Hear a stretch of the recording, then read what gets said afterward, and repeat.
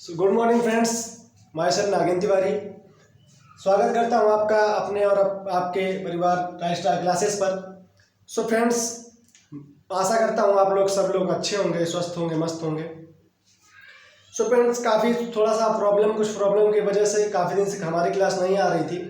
आपसे UP GK का जो सिलेबस है और उसकी क्लास है वो कंटिन्यू रहेगी। फ्रेंड्स, हम बात कर रहे थे यूपी जीके की। फ्रेंड्स, यूपी जीके में हम लोगों ने सिलेबस जान लिया था और यूपी की दृष्टि में जान लिया था कि यूपी में क्या है, कैसा है, क्या क्या चीज़ें हमें पढ़नी है। एक नज़र में सारी चीज़ें हम लोगों ने जान ली थी। तो इसी क्रम में फ्रेंड्स आगे बढ़ेंगे। यूपी जीके में उत्तर प्रदेश का इतिहास, उत्तर प्रदेश का इतिहास।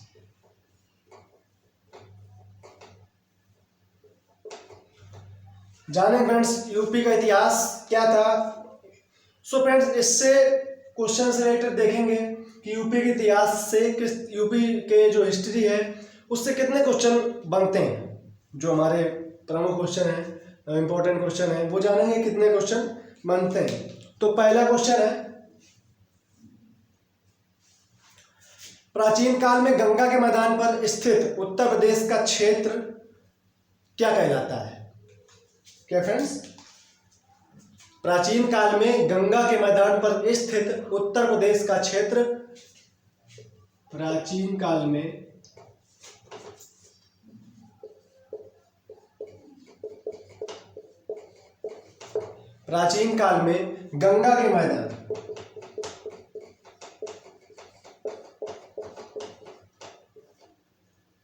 गंगा के मैदान पर स्थित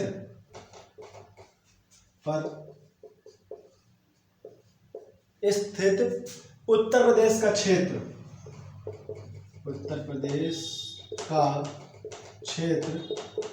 क्या कहलाता है फ्रेंड्स। तो इसे कहते हैं मध्य देश।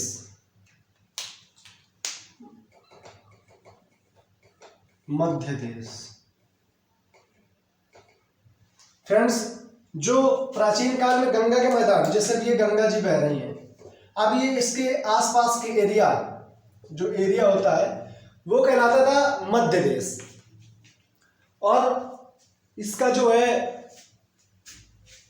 वैदिक काल में उत्तर प्रदेश को और किस नाम से जाना जाता था।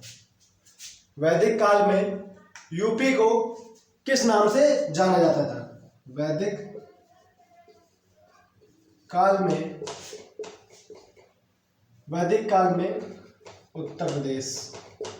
उत्तर प्रदेश को किस नाम से जाना जाता था। सो फ्रेंड्स, वैदिक काल में उत्तर प्रदेश को जाना जाता था ब्रह्मर्षि देश।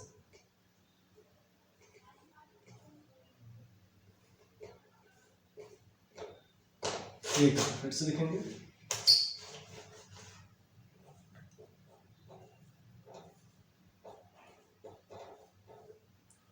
ब्रह्मर्षि देश। क्या फ्रेंड्स, फिर से एक बार दोहराएंगे। प्राचीन काल में गंगा के मैदान पर स्थित उत्तर प्रदेश का क्षेत्र क्या कहलाता था फ्रेंड्स, मध्य प्रदेश।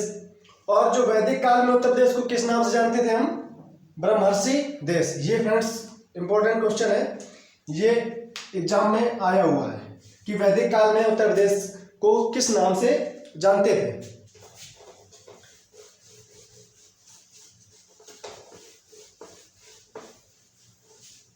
अब हमारा नेक्स्ट क्वेश्चन क्या होगा कि मध्य देश में जो जनपद थे, मध्य देश में जो जनपद, जिले, मध्य देश में जनपद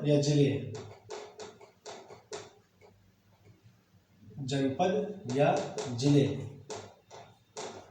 जिलों को किस नाम से जानते थे।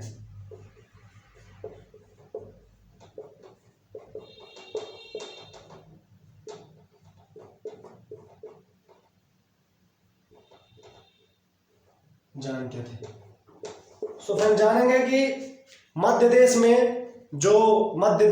में जो जनपद या जिले थे वो कौन कौन से महाजनपद, ये महाजनपद थे। ये कौन कौन से महाजनपद थे और इन्हें किस नाम से जानते थे? सो फ्रेंड्स जानेंगे। जैसे कि हमारे इसमें है कुरु, पहला है, पॉइंट वाइज ऐसे ही देखते जाएंगे। कुरु, पांचाल, कुरु, पांचाल, काशी, वैष्णव, सूरसेन,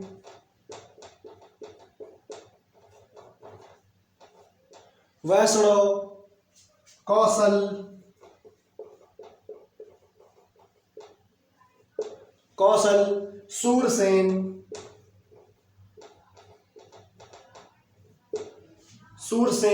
चेदी, वत्स तथा मल्ल।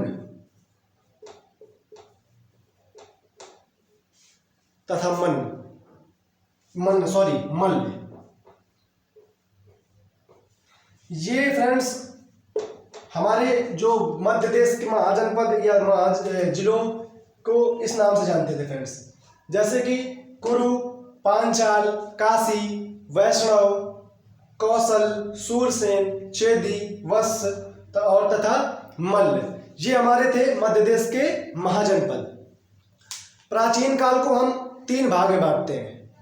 ठीक फ्रेंड्स, जो हमारा प्राचीन काल था वो 3 भाग में बांटते हैं।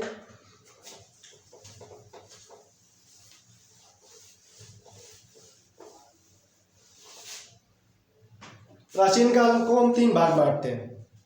इसके बाद जब एक पॉइंट होता है कि जब बाहर से आए तो उन्होंने भारत में सप्त सिंध या 7 नदियों द्वारा सिंचित प्रदेश में बस्तियां बनाई। क्या फ्रेंड्स?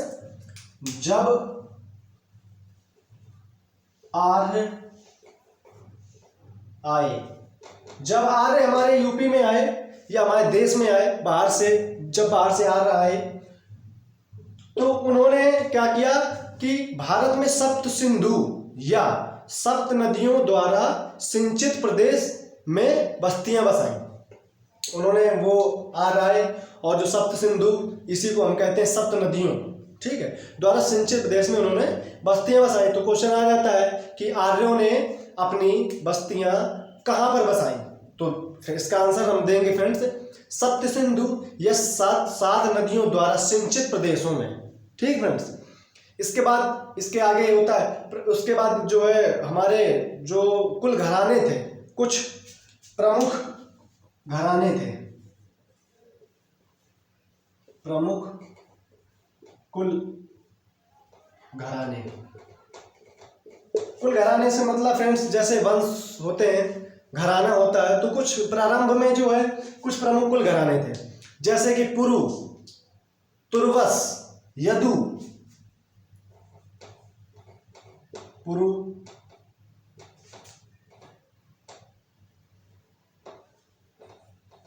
तुर्वस,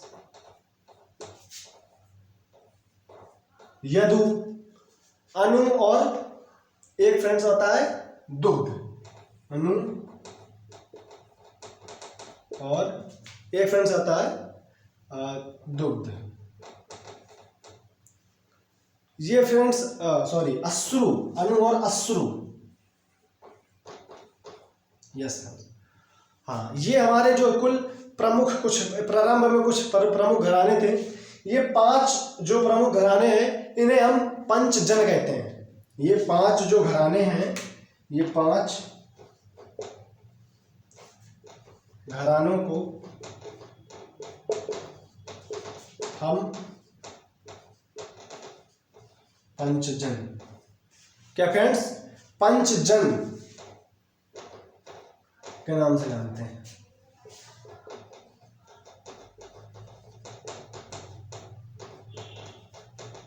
पेपर में क्वेश्चन आ जाता है फ्रेंड्स कि जो प्रमुख कुल घराने थे या प्रारंभ के जो प्रमुख घराने थे उन्हें हम किस नाम से जानते हैं?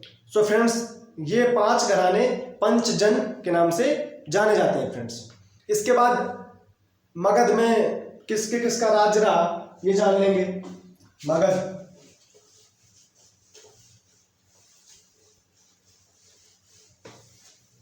मगध में किसने किसने राज्य किया, किसका राज्य रहा, ये सारी चीजें इसमें देखेंगे हम लोग। तो मगध में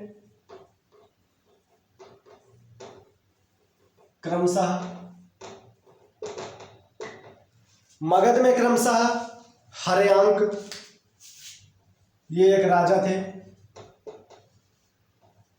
हर्यांक। इसके बाद शिशुनाग,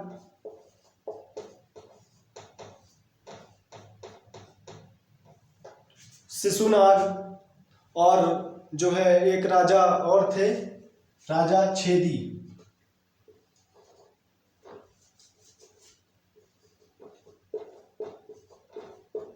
आदि थे। तो बहुत सारे, लेकिन ये कुछ प्रारंभ के राजा थे जो इन्होंने जो है मगध में इनका राज्य रहा, जैसे हर्यांक और शिशुनाग और छेदी राजा। ठीक फ्रेंड्स। इसके बाद जानेंगे पाषाण काल जो था, जो पाषाण काल से हमें प्राप्त हुआ, क्या क्या प्राप्त हुआ पाषाण काल के साक्ष्य हमें, कि पाषाण काल था भी कि या नहीं था, या क्या था पाषाण काल, क्या था पाषाण काल में क्या नहीं था, इसके साक्ष्य हमें कहाँ से प्राप्त हुए। पाषाण काल के साक्ष्य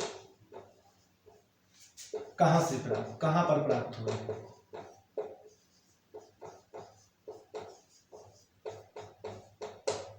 पाषाण काल के साक्ष्य जो है हमें कहाँ से प्राप्त हुए।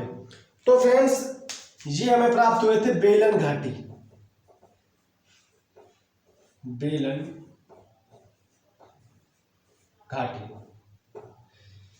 फ्रेंड्स पाषाण काल जो है स्टोन पीरियड इंग्लिश में कहते हैं इसको, स्टोन पीरियड।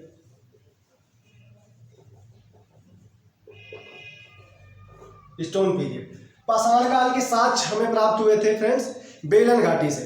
पेपर में आ जाता है कि पाषाण काल के साक्ष्य कहाँ से प्राप्त हुए थे, तो इसका आंसर होता है फ्रेंड्स बेलन घाटी।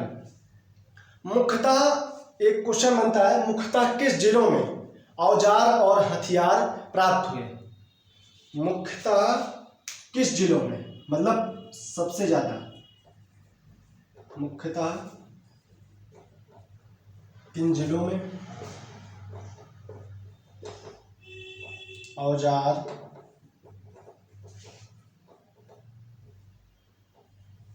और हथियार प्राप्त हुए। मुख्यतः किन जिलों में औजार और हथियार प्राप्त हुए।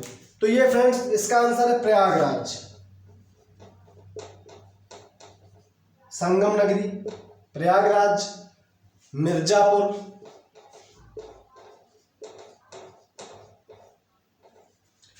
संगम नगरी, प्रयागराज, मिर्जापुर, बुंदेलखंड,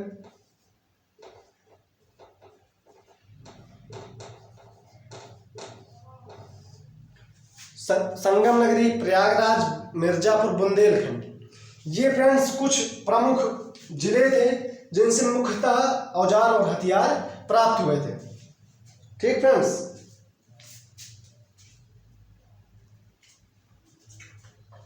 इसके आगे देखेंगे,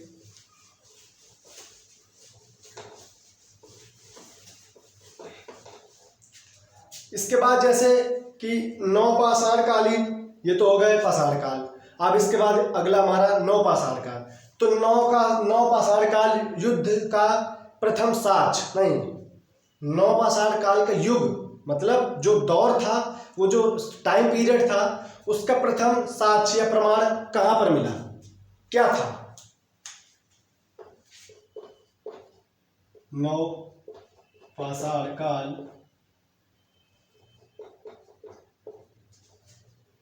के साक्ष्य मतलब फ्रेंड्स प्रूफ या उसके रूप कि इसमें क्या था, तो उसमें जानेंगे साक्ष्य क्या था। तो मतलब नवपाषाणकालीन युग का प्रथम साक्ष्य क्या था? नवपाषाणकालीन जो युग था, जो एक दौर था, टाइम पीरियड था, उसका साक्ष्य क्या था? तो फ्रेंड्स वो था चावल की खेती। चावल की खेती। क्वेश्चन में आ जाता है कि नवपाषाण काल युग का प्रथम साक्ष्य क्या था? प्रथम साक्ष्य, सबसे प्रथम नवपाषाण काल के प्रथम साक्ष्य, सबसे पहला प्रमाण क्या था? तो वो था फ्रेंड्स चावल की खेती। सो फ्रेंड्स क्या था? नवपाषाण काल का जो हमारा प्रथम साक्ष्य था वो था चावल की खेती।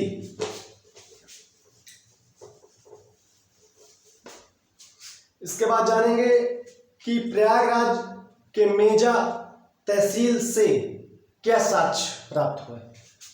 प्रयागराज में एक तहसील है मेजा, प्रयागराज के मेजा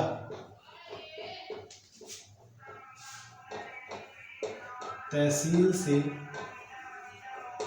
क्या साक्ष्य प्राप्त हुए?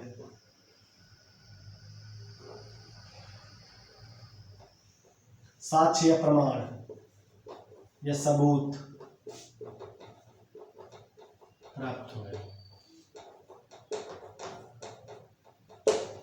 जाने फ्रेंड्स प्रयागराज के मेजा तहसील से क्या साक्ष्य प्राप्त हुए? तो इसका आंसर है झोपड़ी एवं मिट्टी के बर्तन। फ्रेंड्स झोपड़ी एवं मिट्टी के बर्तन।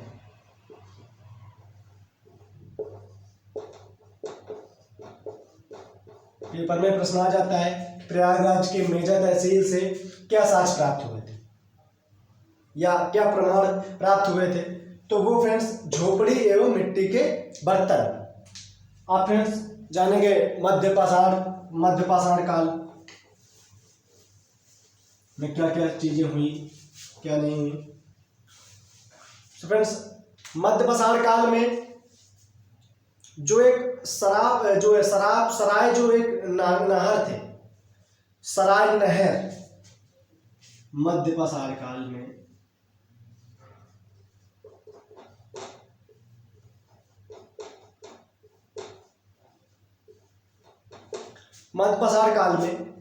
सराय नहर से प्राप्त कंकाल के सिर किस दिशा की तरफ थे? मध्यपाषाण काल में सराय नहर से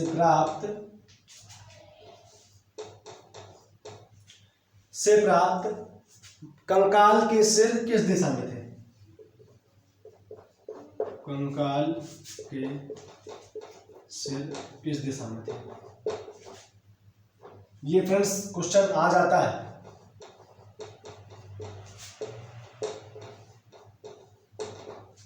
आप प्रैक्टिस उठा के देखिएगा, ये सब सारे क्वेश्चन आपको यूपीजी के इतिहास से जो बनते हैं वो आपको मिल जाएंगे।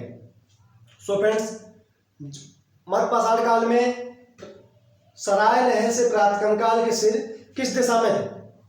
तो फ्रेंड्स ये देखेंगे, इसका आंसर है पश्चिम से पूर्व। पश्चिम से पूर्व किस दिशा में थे फ्रेंड्स? पश्चिम से पूर्व दिशा में थे। ठीक है फ्रेंड्स। इसके बाद हमारा अगला क्वेश्चन है कि पाषाण काल युग में मनुष्य मुख्यतः किस पर निर्भर था? पाषाण काल में मनुष्य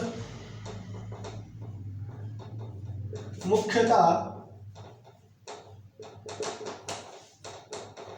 किस पर निर्भर था?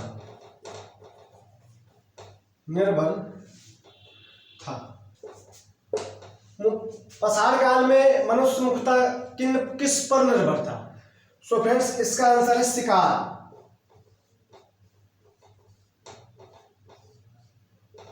क्या फ्रेंड्स? जो पाषाण काल में मनुष्य थे वो मुख्यतः शिकार पर निर्भर थे, शिकार करते थे, उसी को अपना भोजन बनाते थे और उनके पास ज्यादा कुछ चीजें की खोज नहीं थी और ज्यादा उन चीजों उनको ज़्यादा चीज़ों को ज्ञान नहीं था, तो वो मुख्यतः फ्रेंड्स शिकार पर निर्भर थे।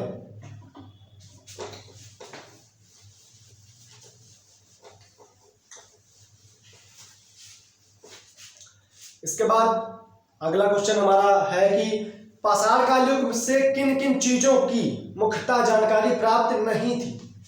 हमारा जो पाषाण काल था,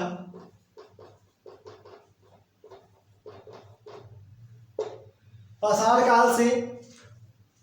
काल युग से किन किन चीजों की मुख्यतः जानकारी प्राप्त नहीं थी।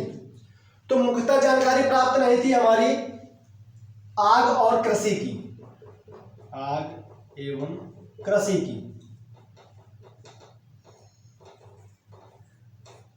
पाषाण काल में जो है, पाषाण कालीन युग से हमें मुख्यतः आग और कृषि इसकी जानकारी प्राप्त नहीं थी फ्रेंड्स। इसके बाद आता है कि अस्थि निर्मित मातृ देवी की मूर्ति किस काल संस्कृति की खोज है। क्या था फ्रेंड्स? अस्थि निर्मित मातृ देवी की मूर्ति, अस्थि निर्मित मातृ देवी की मूर्ति, मातृ देवी की मूर्ति किस काल संस्कृति, किस काल संस्कृति की खोज है।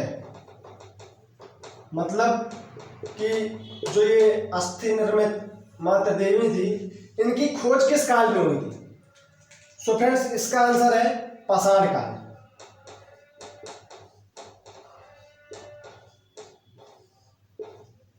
क्या फ्रेंड्स? पाषाण काल में इसकी खोज हुई थी। अस्थि निर्मित मातृ देवी मूर्ति की खोज पाषाण काल में हुई थी।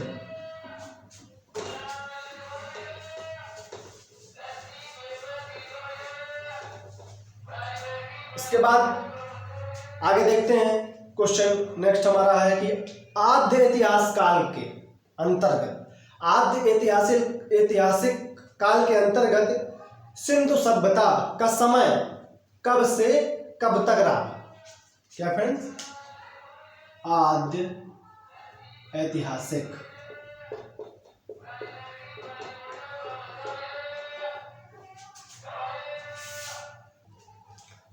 आद्य ऐतिहासिक काल के अंतर्गत सिंधु सभ्यता का समय, आद्य ऐतिहासिक काल के अंतर्गत सिंधु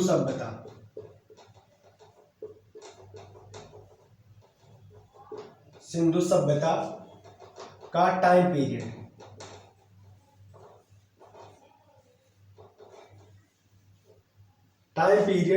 क्या था। जो हमारा आद्य ऐतिहासिक काल था, उस समय जो सिंधु सभ्यता का टाइम पीरियड था वो क्या था फ्रेंड्स? तो 2500 ईस्वी से 1750 ईसा पूर्व तक, 2500 ईसा पूर्व से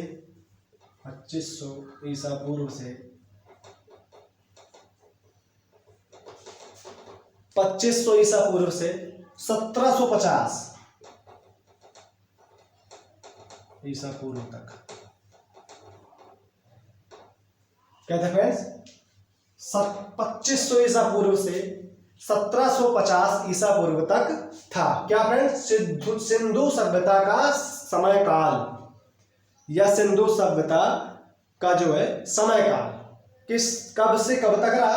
तो 2500 ईसा पूर्व से 1750 ईसा पूर्व तक रहा। ठीक फ्रेंड्स? तो और इसके बाद एक क्वेश्चन इसमें बनता है सिंधु सभ्यता से कि सिंधु सभ्यता स्थल के खोजकर्ता क्या थे। सिंधु सभ्यता स्थल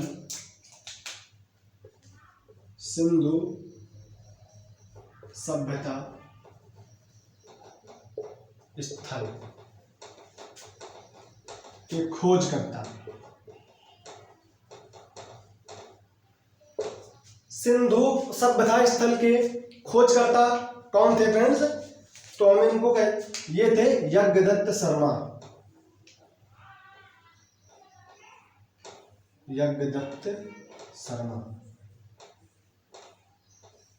शर्मा जी थे। इनको फ्रेंड्स हम सिंधु सभ्यता स्थल की खोजकर्ता के रूप में जानते हैं फ्रेंड्स। ठीक है, आगे बात करते हैं। यस फ्रेंड्स, इसके बाद एक जो इंपॉर्टेंट क्वेश्चन आता है कि सबसे प्रसिद्ध स्थल या सबसे पूर्वी स्थल का क्या नाम था? सिंधु सभ्यता में सिंधु सभ्यता की बात चल रही है फ्रेंड्स। सिंधु सभ्यता,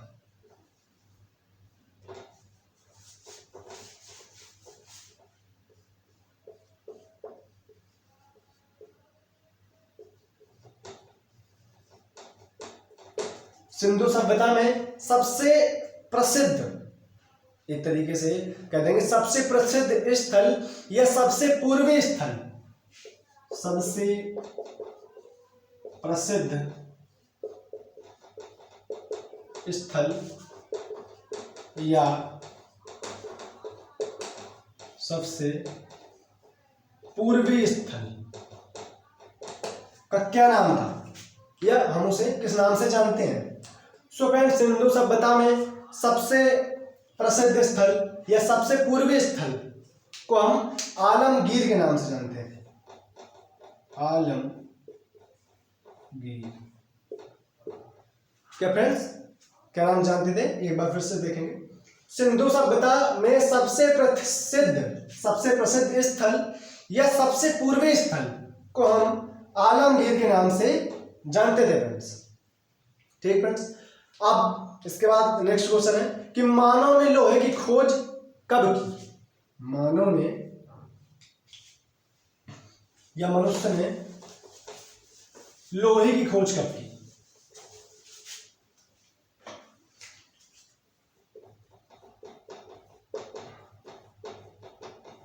मनुष्य ने लोहे की खोज,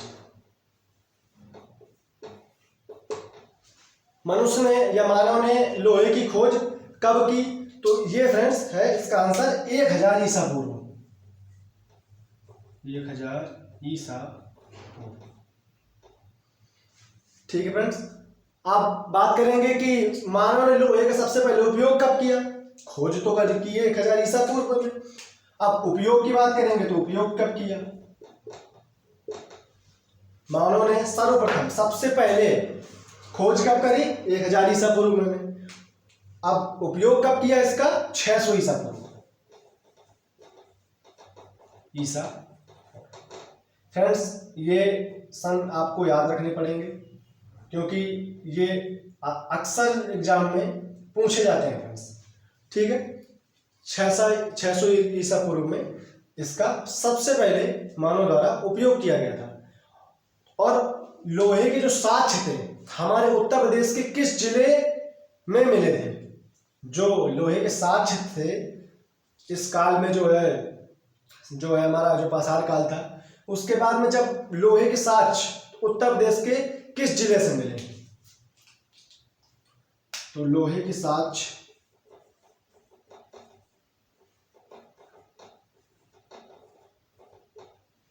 साक्ष्य उत्तर प्रदेश के किस जिले से मिले? तो ये मिले कासगंज से। कासगंज, ठीक है, कासगंज जो हमारा जिला था यूपी का, वहां से सबसे पहले लोहे के साक्ष्य मिले थे। सो फ्रेंड्स, ये क्लास हमारी यहीं तक। इसके बाद नेक्स्ट क्लास में हम आगे की बात करेंगे। सो फ्रेंड्स, अगर आपको वीडियो पसंद आई हो तो लाइक सब्सक्राइब जरूर करें। ओके फ्रेंड्स, फॉलो करना ना भूलें। और ट्राई-स्टार क्लासेस पर सभी विषयों की रेगुलर क्लासें चलती हैं, जैसे करंट अफेयर, मैथ, रीजनिंग और स्टैटिक जीके। ये सारी क्लासें जो है हिंदी ट्राई-स्टार क्लासेस चैनल पर उपलब्ध हैं। आप आ सकते हैं, पढ़ सकते हैं। और वीडियो आपको अच्छी लगे तो लाइक शेयर सब्सक्राइब करना ना भूलें। थैंक यू फ्रेंड्स, बने रहिए हमारे साथ ट्राई-स्टार क्लासेस के साथ। Thank you friends.